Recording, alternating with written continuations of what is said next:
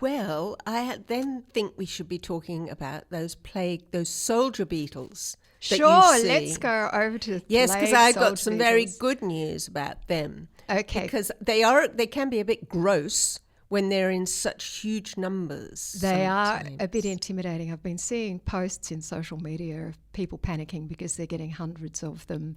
All swarming on leaves and trunks. That's right. Yeah, and so, it can be a bit scary, but they're not scary. They don't bite. They don't squirt stuff on you, although they can apparently... We should describe them.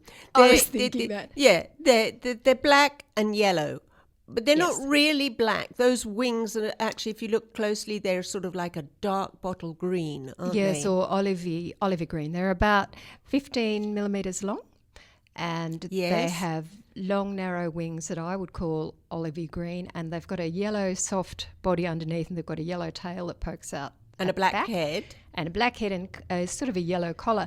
And I think of them, speaking of copulation, I think of these guys as the bonobos of the insect world. They really like orgies. They're into it.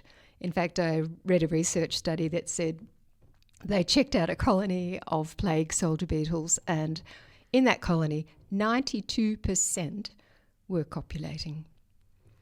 Yes, they go to flowers, don't they? You see them all over flowers, and they do seem to be sort of all climbing on top of one another.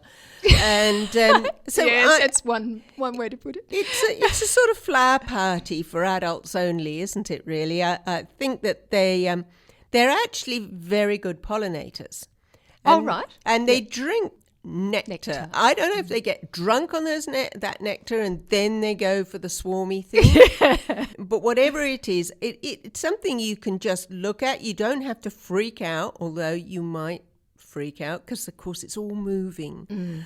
But they're actually quite good news. And I heard a very interesting thing talking about how helpful insects can be.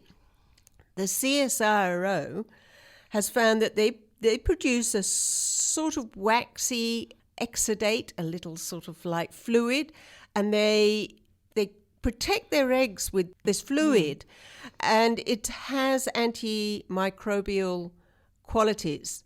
So it's keeping disease out of their eggs, and they've managed to synthesize those properties in the laboratory, and they're thinking about it as a possible way of saving lives or developing antibiotics or anti-cancer drugs. Yeah, it's fantastic, isn't it? So the insects, particularly insects and plants, are basically where we go. It's like our larder for everything that we need to keep us healthy, and we need to keep them healthy. Yes.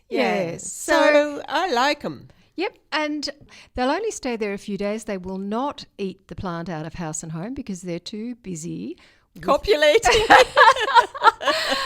The one concern that sometimes people have is that the weight of them on a branch or a twig might break that part of the plant, but that's really the only concern. They'll only hang around for a few days and then they'll disappear. Harmless. And they're paying you a compliment. They're saying that your garden is a welcoming place for them to have an orgy.